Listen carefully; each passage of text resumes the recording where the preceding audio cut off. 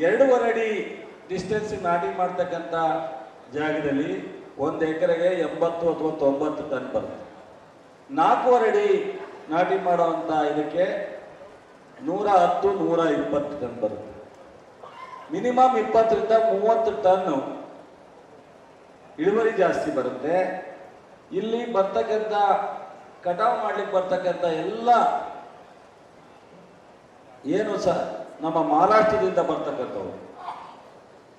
ನಮ್ಮ ರಾಜ್ಯದ 100ಕ್ಕೆ 99% ಮಹಾರಾಷ್ಟ್ರದಿಂದ ಲೇಬರ್ಗಳು ಬರ್ತಕ್ಕಂಥದ್ದು ಅಂತ ನಿಮ್ಮೆಲ್ಲರಿಗೂ ಗೊತ್ತಿರ್ತಕ್ಕಂಥದ್ದು. ಒಬ್ಬೊಬ್ಬ ರೈತ 2 ಲಕ್ಷದಿಂದ 10 ಲಕ್ಷ ಅಡ್ವಾನ್ಸ್ ಕೊಟ್ಟು ಬರ್ದೇ ಇರೋದು, ಅರ್ಧಕ್ಕೆ ಬಂದು ಹೋಗಿರೋದು, ಈ ಥರದ್ದೆಲ್ಲ ನೋವಿದೆ. ಇವತ್ತು ಆ ಎಲ್ಲ ಸಮಸ್ಯೆಗೆ ಪರಿಹಾರವನ್ನ ಕೊಡಬೇಕು. ಇಷ್ಟೇ ಅಲ್ಲ,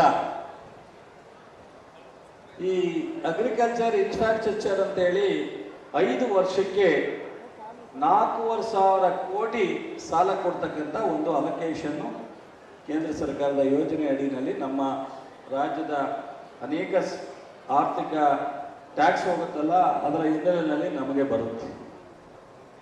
ಇವತ್ತು ಈ ವರ್ಷ ಕೊನೆ ಇದೆ. 4,500 ಕೋಟಿ ಖರ್ಚು ಮಾಡಿ 800 ಕೋಟಿಯನ್ನ ಹೆಚ್ಚುವರಿಯಾಗಿ ನಮ್ಮ